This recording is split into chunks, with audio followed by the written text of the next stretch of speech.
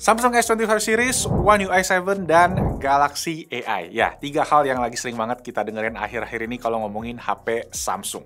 Ya, sebagian besar dari hal-hal yang baru yang ada di S25 series ini memang berbentuk software experience. Makanya di video kali ini gue pengen bahas lebih detail soal upgrade di sektor software, terutama AI ya, yang sebenarnya banyak banget. Totalnya ada 21 biji di S25 series ini, seperti yang kalian bisa lihat di layar ini ya.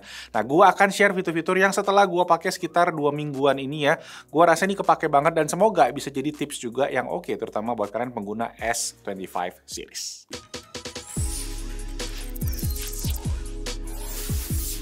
Oke, kita mulai dari pembahasan tampilan baru yang paling berasa di One UI 7, which is yang linker-linker ini, atau kalau kita kunci kunci lock screen, ada ini dia Now Bar ya. Jadi bisa dibilang itu kayak sebuah widget, tapi jadi elemen yang paling ngasih experience unik ya so far.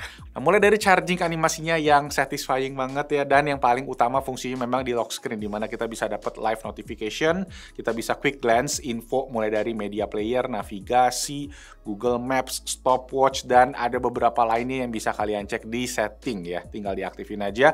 Cuma favorit gue memang adalah live score di bagian Now Bar ini, yang mana kita juga bisa ngecekin statistik dari gamenya secara langsung.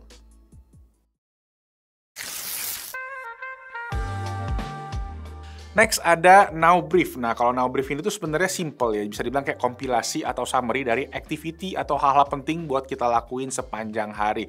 Jadi sini kalau bisa lihat ya, kayak cuaca, ada energy score dari sleep tracking kita semalam misalnya ya, terus ada informasi penting-penting lainnya, misalnya jadwal atau agenda kita di kalender yang kita masukin, dia akan kumpulin ke sini. Sama ada kayak misalnya nih, ada lagu yang jadi favorit ya, ini juga ada Spotify recommendation gitu. Jadi semuanya terangkum dalam satu halaman biar kita gampang nangkepnya. Dan Now Brief ini tuh juga bakalan update sepanjang hari. Jadi misalnya kita mau lihat briefing pas sore atau pas malam, itu juga ada evening brief. Jadi intinya ini tuh bisa ditampilin langsung, tinggal one tap away aja buat ngecekin summary dari hidup kita hari ini gitu. Lagi-lagi jadi kayak ada personal assistant yang ngasih kita briefing ya, buat kita keep track sama info keseharian kita dikumpulin dalam satu halaman. Oke, sekarang kita ngomongin bagian penting di bagian Galaxy AI ya, yang memang tadi gue bilang banyak. Cuma di pemakaian gue 2 minggu terakhir, yang gue ngerasa sekarang itu the whole experience-nya baru adalah search. Ya, search experience di HP ini tuh jadi lebih canggih berasanya. Kalau sebelumnya kita udah pernah lihat circle to search yang bisa bantu buat search image, tinggal dilingkerin aja ya, di circle aja. Sekarang itu bisa juga recognize audio sama musik. Dan yang kita juga bisa ngelakuin adalah sekarang itu search di dalam aplikasi dengan pakai bahasa natural language, bahasa sehari-hari. Nah, begitu juga di foto galeri ya, kita bisa nyari banyak foto ini ya dengan pakai bahasa sehari-hari aja, misalnya kayak gini nih. Kemarin gue ada foto mobil Porsche warna putih pas gue di San Diego, kita coba cari.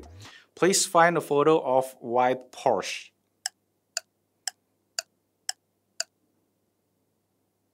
There you go. Tuh, nongol dia hasil fotonya. Ya lagi-lagi ini kayak kita ngobrol sama personal assistant gitu ya, kayak PA. Jadi kita nggak perlu pakai bahasa yang baku, cukup bahasa sehari-hari aja. Nah, terus juga kalau kita mau do something berdasarkan apa yang lagi ditampilin di layar, ada namanya AI Select. Itu helpful banget karena dia bisa ngasih opsi sesuai konteks ya, apa aja yang bisa kita lakuin gitu. Misalnya kita lagi nonton video ya, kita bisa hidupin AI Select dan dia kasih suggestion. Kita mau jadiin itu GIF misalnya. Terus kalau kita pilih gambar, dia juga bisa ada pilihan buat drawing assist atau generative edit ya. Atau kalau misalnya kita lagi pilih sebuah teks gitu, dia juga bisa kasih suggestion untuk kirim email, buka websitenya, atau add contact, nomor telepon sesuai dengan konteks dari teks yang kita select tadi. Nah, ini juga sebenarnya nggak terbatas di AI Select aja, karena basically kalau kalian pengen lebih gampang, kita tuh tinggal long press si side buttonnya buat activate Gemini. Jadi dia tuh bisa kayak langsung mudeng istilahnya kalau diajak ngomong, karena dia bisa memahami nih apa yang lagi ada di layar secara kontekstual. Yang satu lagi yang gue ngerasa dapat upgrade di sini adalah fitur generative editnya Galaxy AI. Selain lebih cepat dibanding sebelumnya, nah ini kita coba kasih kalian ya side by side ya untuk proses generative edit, terutama buat ngilangin orang-orang di foto. Ini di S25 Ultra kerasa lebih smooth ya, kayak lebih refine prosesnya, dan garis warnanya tuh juga jelas ya, pakai warna neon gitu kan. Dan hasilnya juga kalian bisa lihat lebih rapi secara keseluruhan. Next, hal yang kerasa bikin beda sama generasi sebelumnya adalah integrasi dari Galaxy AI yang makin luas lagi sama Gemini di One UI 7. Nah, kita tuh bisa pakai tadi ya bahasa sehari-hari buat ngasih instruksi ke personal assistant Gemini, dan instruksinya ini bisa jalan lintas aplikasi. Jadi ya literally Gemini ini tuh kayak asisten beneran yang bisa interaksi dan jalanin tugas lewat beberapa aplikasi sekaligus.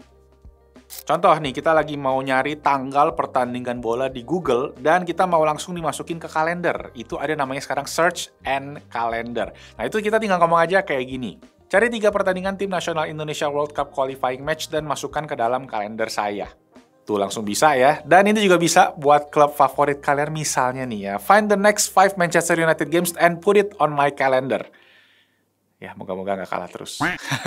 Ada juga search and message yang berfungsi misal kita mau memberi rekomendasi ya. Misalnya, carikan 5 rekomendasi restoran Korea di Jakarta Selatan dan kirimkan pesan WhatsApp ke istri saya.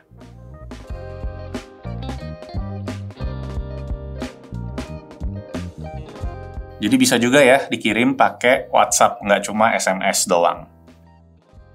Next, misalnya kita lagi pengen nonton YouTube video tapi kita waktunya lagi nggak ada ya. Jadi kita bisa langsung summarize, ada fitur YouTube Summary and Notes ya. Tinggal klik aja side button Gemini dan dia akan langsung muncul opsi Ask About Video. Nah, setelah itu kita bisa minta tolong rangkum video ini dan Gemini bisa langsung nge-summarize YouTube video yang lagi kita tonton, dan itu bisa kita masukin juga ke dalam notes untuk kita baca nanti. Nah, selain itu juga kalau kalian malas ketik, kita juga bisa pakai Talk Live About Video. Nah, di sini kita bisa langsung ngobrol nih. S24 Ultra versus S25 Ultra comparison? Are you thinking about upgrading? Or did you have a specific question about the video?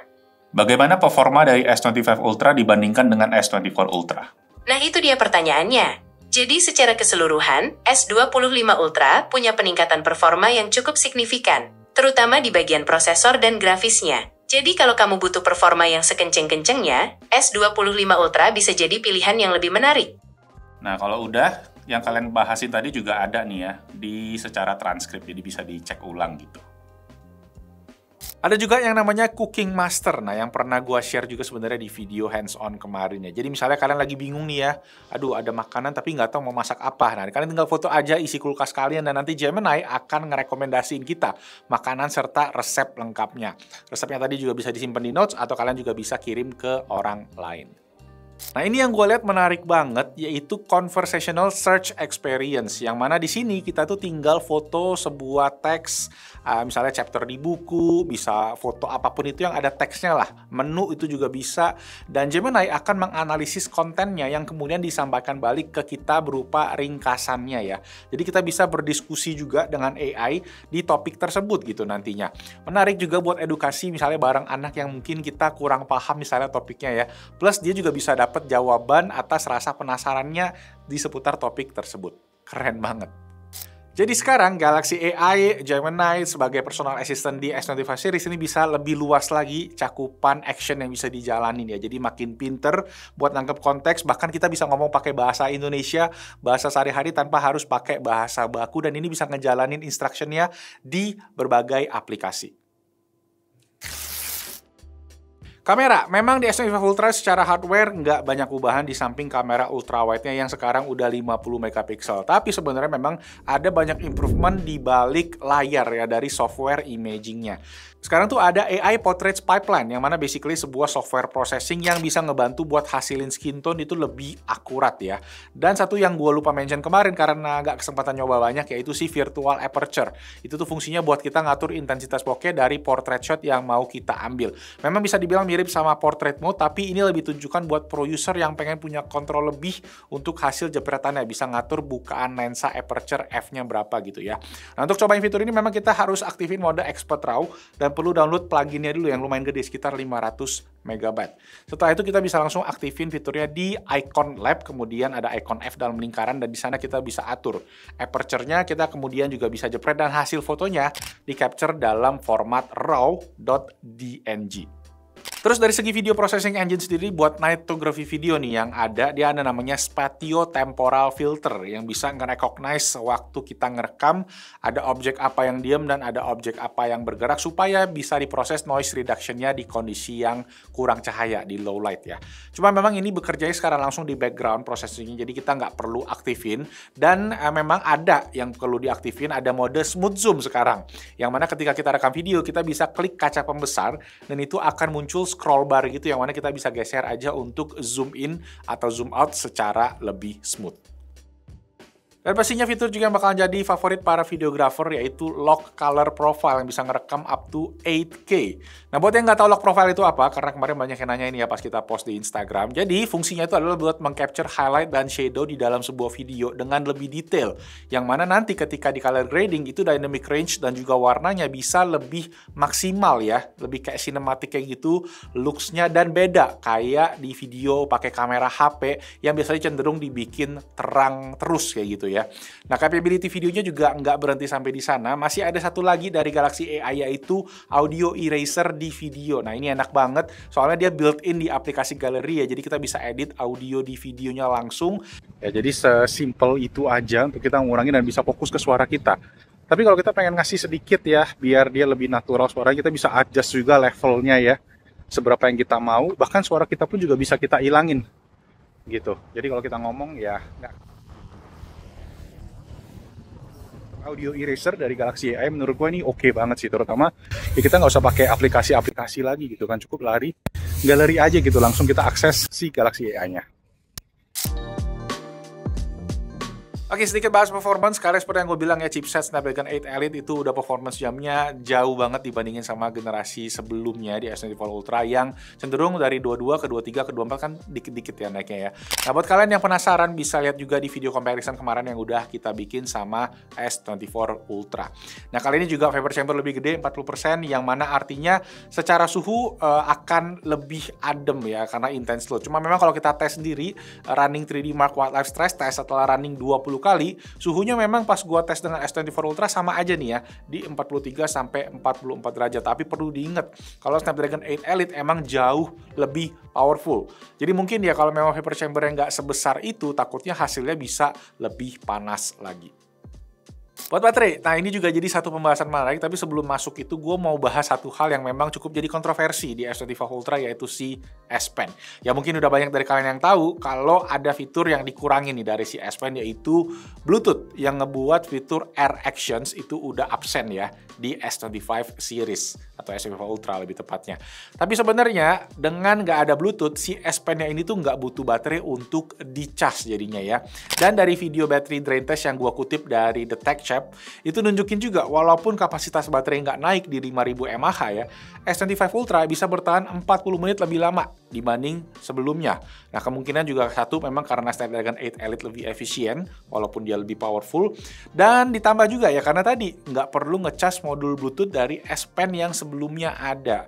Cuma memang balik lagi secara experience 2 minggu terakhir ini gue ngerasa 5000 mAh sih masih cukup aja buat penggunaan seharian.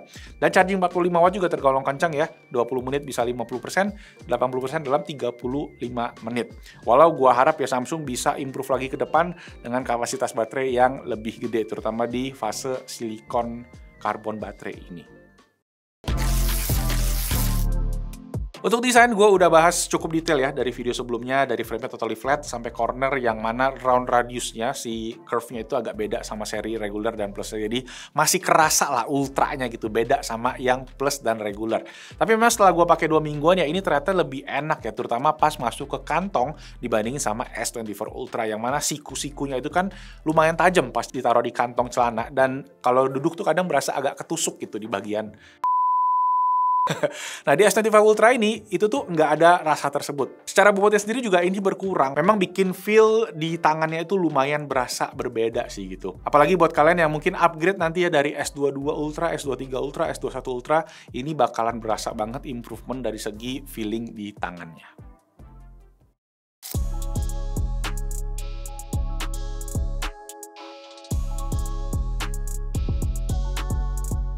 Oke, kesimpulan. Setelah 2 minggu terakhir gue pakai si S25 Ultra, mungkin gue ngerasa HP ini dengan segala pembaharuan software dan hardware-nya, menurut gue memang bakalan lebih cocok buat kalian yang pengen upgrade dari seri-seri 2, 3, 4 tahun lalu ya. Misalnya S23, S22, S21 Ultra, yang mana memang improvement-nya akan kerasa banget signifikan, mulai dari performance-nya yang wow, signifikan banget, kamera juga udah lebih proper, dan bobot yang lebih ringan dengan desain baru ini bakalan bikin nyaman dipakai buat jangka panjang lagi.